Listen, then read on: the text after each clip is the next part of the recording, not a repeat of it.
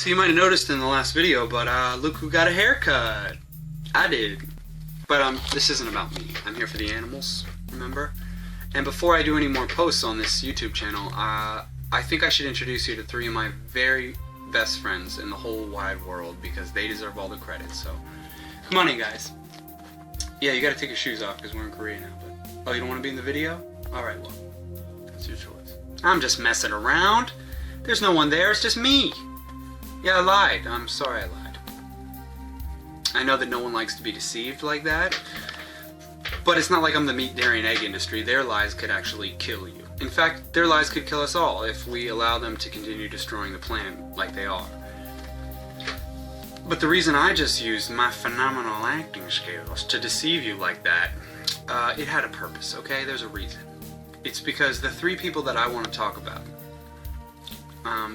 they're well known in the vegan movement, and I don't know them personally. I've never even met them.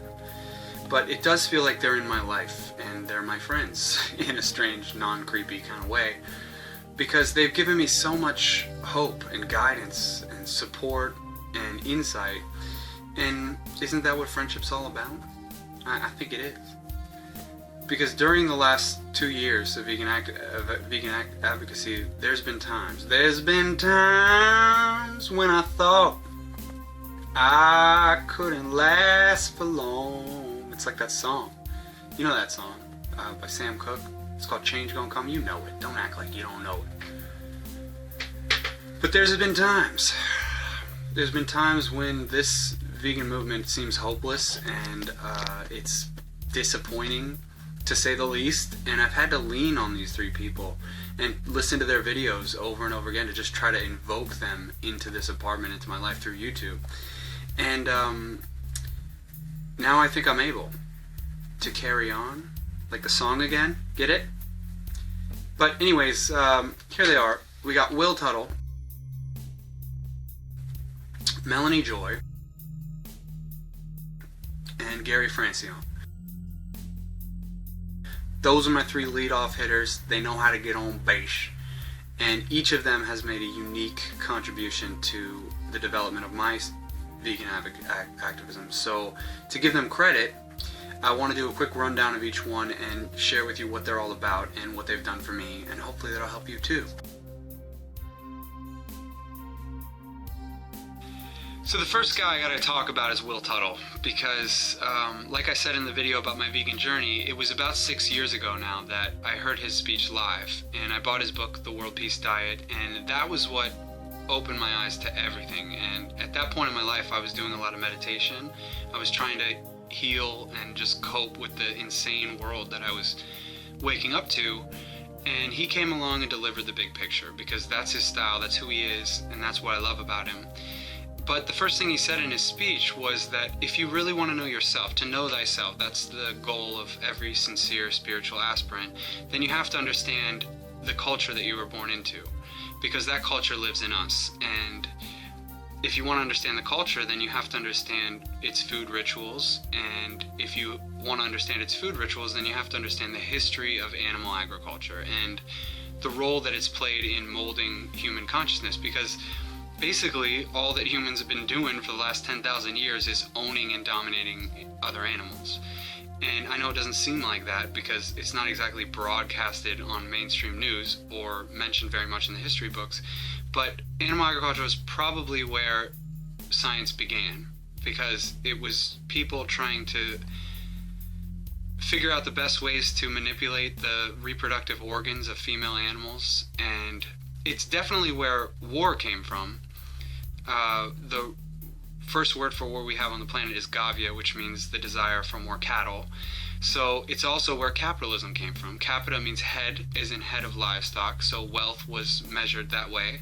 And it probably still is in some ways, because we have the word stock market, as in livestock. So all those light bulbs started to come on for me, and I could also see that everything that I knew in my heart that was wrong with the world, it had a traceable origin or a root that he called the herding revolution or the herding culture, and that root could be dug up and corrected and healed, and it could happen through a vegan revolution.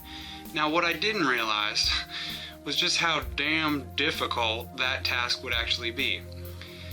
Which is why I'm also grateful that he seems to embody the essence of what veganism is, which is just pure compassion. He has it not just for the animals, but for mankind, because all of us have grown up in the aftermath of one traumatic war after another, and generations upon generations of people who have dealt with that kind of trauma.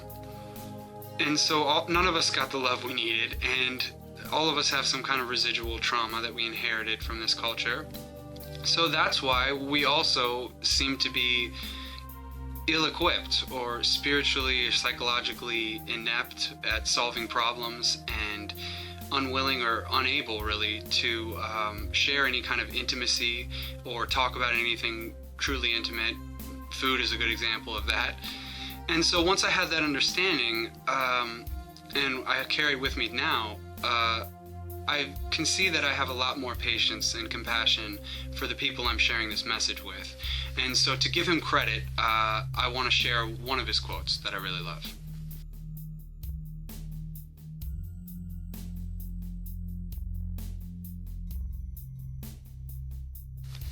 So the next friend on my list is Dr. Melanie Joy, who's a social psychologist, and she also speaks with a lot of compassion, like Will Tuttle. And she talks about the mass trauma that animal agriculture has created, and this long-standing yet often invisible belief system that we've all been indoctrinated with, which is basically speciesism and anthropocentrism. The belief that humans are the shit, so we can do whatever we want with those who are at our mercy, and there's no consequences, right? But there's one speech that she gave that I've always held on to, and I've watched it over a dozen times, and I've shared it with just about every vegan activist that I know, because in it she goes into detail about the social dynamics that go on in discussions between vegans and non-vegans. And she talks about the backlashes that we should expect to see and the stereotypes that vegans are often branded with. For example, when a vegan gets sick, it's because of their diet. And when a non-vegan gets sick, it's just a normal occurrence, because vegans are supposed to be this paragon of health all of a sudden, which doesn't make much sense considering most people thought veganism was unhealthy originally. But she also gives a lot of practical tips on how to communicate this vegan message in that kind of social environment. And one of the tips she gives is to just speak from your own experience, so that the listener doesn't feel so defensive, and that they can just kind of nod their head and say, yeah, I do that too. And to listen and to ask a lot of questions rather than showering them with information, which I have a terrible habit of doing. But the other thing that I've gained from her videos is that vegan advocacy, it's not so much about creating behavior change or assisting a behavior change. Behavior change was my major. I was a public health education major, so it was natural for me to fall into that trap. But what vegan advocacy is more about is about planting seeds that will hopefully create a shift in that person's consciousness, because the vegan movement is a social justice movement. So it's going to take an elevation of social consciousness, and it's also going to follow all the same patterns that all the social justice movements from the past have followed. And in that sense, we are kind of united and given strength by all the great leaders like Martin Luther King and Gandhi, which is why I share a lot of their quotes.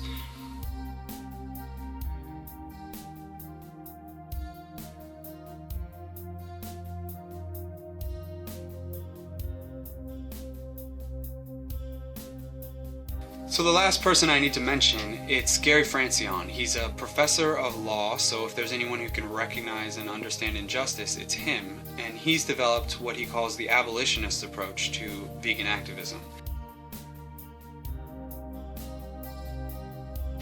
And I didn't know this at first, but I've always been an abolitionist, and I made a lot of mistakes in my early days by promoting things like Meatless Monday or vegetarianism to people who thought that veganism was too extreme.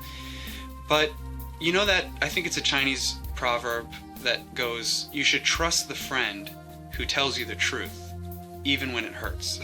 Well, that's Gary Francione's approach, and it worked for me, because even though my intentions have always been in the right place, there was a moment where I had to admit to myself that I wasn't doing activism properly. And that was a great lesson in humility, but I'm glad that it happened, because I can now see that vegan activists have a responsibility or an obligation to be as clear and as honest in communicating our message as we possibly can, because it's almost an insult to the other person to assume that they would lack the intelligence or the discipline or the integrity to understand and to follow the real message of veganism, which is actually really simple. It's just that if you agree that animals have moral value, which over 90% of us already do, then veganism is the minimum standard of decency. And anything less than veganism is direct participation in exploitation and violence. So if someone wants to do less than veganism, then that has to be by their own choice, and not because us as activists told them that anything less was acceptable, because we know that it isn't.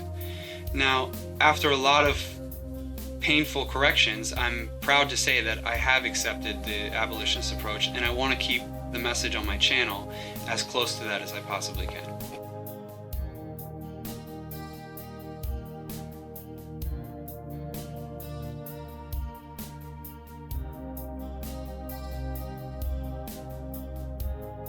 So I hope you liked meeting my 3 awesome friends. I know we didn't get to meet them like I said in the beginning of the video, but I've linked their best videos in the description box below, and hopefully I did them justice here.